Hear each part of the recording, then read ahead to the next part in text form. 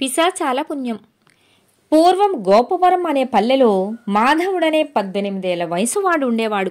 వాడు చాలా మంచివాడు. తెల్లనివన్నీ పాలు, నల్లనివన్నీ నీళ్లు అనుకునేటంత అమాయకుడు.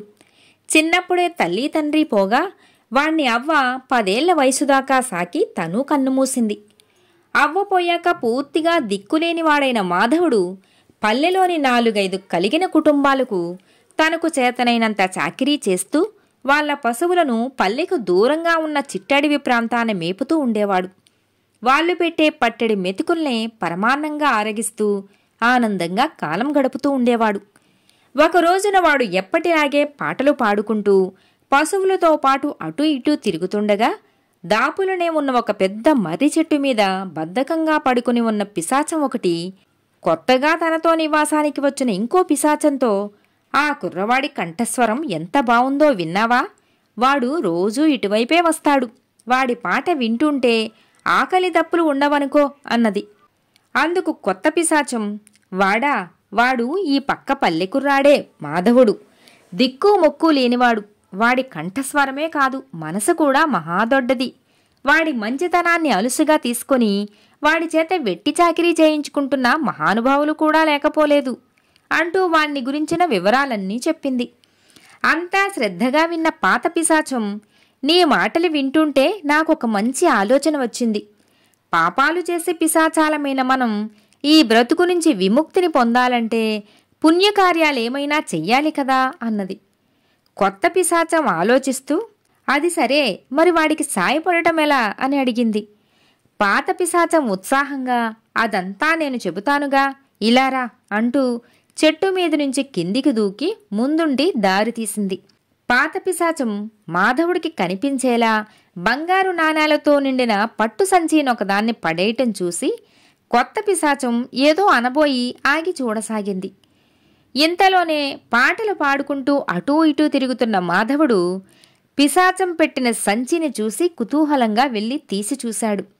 వాడు సంచిలో ఉన్న బంగారు నాణాల్ని చూస్తూనే, "అయ్యో బాబోయ్, ఎన్ని బంగారు నాణేలో" అంటూ పెద్దగా అని ఒక్క క్షణం ఆశ్చర్యపోయి, "పాపం, ఎవరో పారేసుకుని ఉంటారు. గ్రామ పెద్దకు చెబితే ఎవరివో కనుక్కొని ఇచ్చేస్తాడు" అనుకుంటూ సంచిని తన తలగుడ్డలో చుట్టుకుని దాన్ని నడుముకు కట్టుకున్నాడు. ఇది చూస్తూనే పాత పిశాచం ఉస్సురంటూ, "వీడింత మతిలేని వాడనుకోలేదు. ఇప్పుడు ఈ బంగారమంతా పట్టుకెళ్ళి గ్రామ పెద్దకు ఇస్తాడు కాబోలు" అన్నది. దీనికి కొత్త పిశాచం నవ్వుతూ, "నువ్వు ఆ సంచి అక్కడ పెట్టినప్పుడే ఇలాంటిదేదో జరుగుతుందని అనుమానించాను" అన్నది. "ఇలా అయితే వీడికి మనం సాయం చేసేదెలా?" అని అడిగింది పాత పిశాచం. మాధవుడు అంగవికలుడు కాదు, మంచి పనిమంతుడు కూడా. అలాంటి వాడికి ఊరికే బంగారాలు భాగ్యాలు ఇవ్వటమంటే వాడి మంచితనాన్ని హరించటమే. జీవం లేని మణిమాణిక్యాల కంటే మణిపూసలాంటి ఒక్క మనిషి తోడు గొప్పది కదా.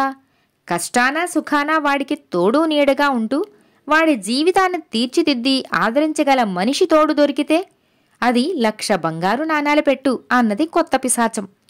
అందుకు పాత పిశాచం కాస్త ఉక్రోషంగా, "ఇలాంటి నీతులన్నీ నాకు తెలుసు. ఇప్పుడు వాడికి ఏ రకంగా సాయపడగలమో అది చెప్పు చాలు" అన్నది. "అంతా చెబుతా కాని ముందు నువ్వు ఏ ధనికుడు వేషంలోనో వెళ్ళి ఆ బంగారు నాణాల సంచి పారేసుకున్నానని చెప్పి పట్టుకురా" అన్నది కొత్త పిశాచం. పాత పిశాచం సరేనని వెళ్ళి ఆ ప్రకారమే చేసి వచ్చాక, "ఇప్పుడు విను. మాధవుడున్న పల్లెలోనే మణి అని ఒక చక్కటి ఒద్దికైన పిల్ల ఉన్నది. ఆ పిల్ల తండ్రి ఈ మధ్యే పోయాడు. ఆమెకు మరో 4 రోజుల్లో మేనమామ కొడుకుతో పెళ్లి జరగబోతున్నది. పెళ్లి కొడుకు కరుడుగట్టిన జోదరి మాత్రమే కాక మొన్ననే ఒక పెద్ద దొంగతనం చేసి తప్పించుకుని ఇటు పారిపోయి వచ్చాడు. మణి తండ్రికి ఒక్కతే సంతానం కావటం వలన ఆస్తి కోసం ఆ పిల్లకి అన్యాయం చేయటానికి కూడా సిద్ధపడుతున్నాడు ఆ మేనమామ.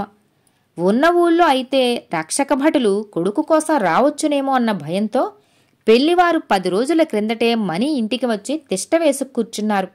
రక్షక భటులేమో దొంగ ఈ పల్లెకేసే పారిపోయి వచ్చాడని తెలుసుకొని డొంక మార్గాన వచ్చాడని డొంక మార్గానే వస్తున్నారు.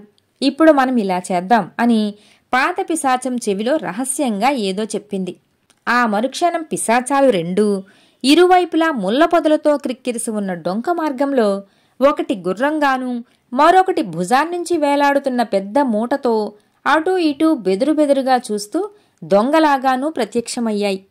అంత దూరాన చేతిలో ఉన్న లాఠీలను ఊపుకుంటూ వస్తున్న రక్షక భటులు గుర్రం, దొంగ రూపాల్లో ఉన్న పిశాచాలను చూస్తూనే, ఆహా, దొరికేవరా దొంగ, 7-14 స్తంభాల దివానుగారి అంత పెద్ద లోగిలి ఇంట్లోనే జొరబడి దొంగతనం చేస్తావా నువ్వు? సాహసం చేశావురా, నీకెంత ధైర్యం, ఆగు అంటూ పరిగెత్తి రాసాగారు. గుర్రం రూపములో ఉన్న పాత పిశాచం, దొంగ రూపంలో దానిమీద కూర్చుని ఉన్న కొత్త పిశాచం పల్లికేసి దౌడు తీయసాగాయి. రక్షక భటులు వాళ్ళని తరుముకుంటూ వచ్చి పెళ్లివాళ్లున్న ఇంటి ఆవరణలో అవి ప్రవేశించగానే వెనకగా వాళ్ళు అక్కడికి చేరారు. ఈ లోపల పాత కొత్త పిశాచాలు రెండూ తమ తమ రూపాలను మార్చుకుని పెళ్లికొడుకును, అక్కడే ఉన్న ఒక పెద్ద ముత్తైదువును ఆవహించాయి. రక్షక భటులు పెళ్లి పందిట్లోకి రావడం చూస్తూనే పెళ్లికొడుకు రౌద్రంగా, మీరెవరు, ఎవరి తరపు బంధువులు అన్నాడు. ఆ ప్రశ్నకు రక్షక భటుల్లో ఒకడు కోపంగా, మేం రక్షక భటులం, దొంగలకు తోడుమోతులకు తప్ప అందరికీ బంధువులమే. నువ్వే గదా రాజులపాలెం కోటప్ప కొడుకు సుందరానివి, దివానుగారింటి దొంగతనానికి గాను నిన్ను బంధించి ఆయన దగ్గరకు తీసుకుపోయేందుకే వచ్చాం అన్నాడు. ఆ మాట వింటూనే సుందరం తండ్రి కోటప్ప, నా కొడుకు దొంగంటే నేనొప్పుకోను, ఏదేమైనా ముందు పెళ్లి కూతురు మెడలో ఆ 3 ముళ్ళు వేయనియండి, తర్వాత సంగతి మాట్లాడదాం అన్నాడు.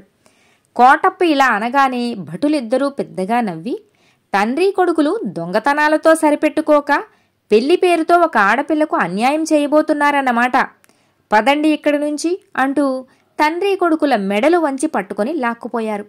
క్షణాల మీద పెళ్లి ఇల్లు అంతా ఏడుపులతోనూ మొత్తుకోళ్లతోనూ గగ్గోలుగా మారింది.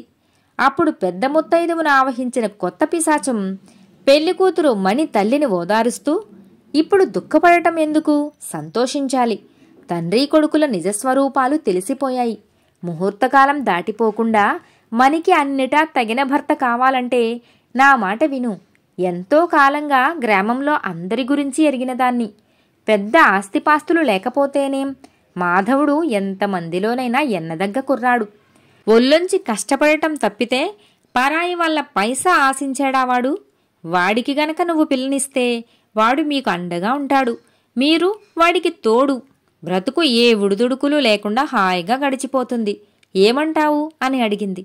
అది విన్న పెళ్లివారందరూ కొత్త పిశాచం చెప్పిన దాన్ని మెచ్చుకున్నారు.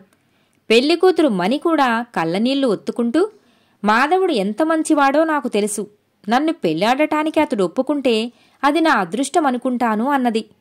పెళ్లి పందిట్లో ఒకచోట అతిథుల కోసం ఏర్పాట్లు చూస్తున్న మాధవుడికి అక్కడ ఉన్న 10 మంది ఈ సంగతి చెప్పారు. వాడు క్షణకాలం ఆశ్చర్యంతో బెదురుచూపులు చూసినా తర్వాత ఆనందంగా మణితో పెళ్లికి అంగీకరించాడు. గ్రామంలో వాళ్ళందరూ మాధవుడి పట్ల అభిమానాన్ని చూపిస్తూ పెళ్లికి పూనుకొని ముహూర్త సమయానికి మణితో మాధవుడి పెళ్లి జరిపించారు. ఇదంతా కల్లారా చూసిన పిశాచాలు ఇన్నాళ్లకు తామొక మంచి పని చేసి ఎంతో కొంత పుణ్యం సంపాదించుకోగలిగామని చాలా ఆనందించాయి. కథ సమాప్తం. మిత్రులారా, మరో కథతో మళ్ళీ కలుద్దాం.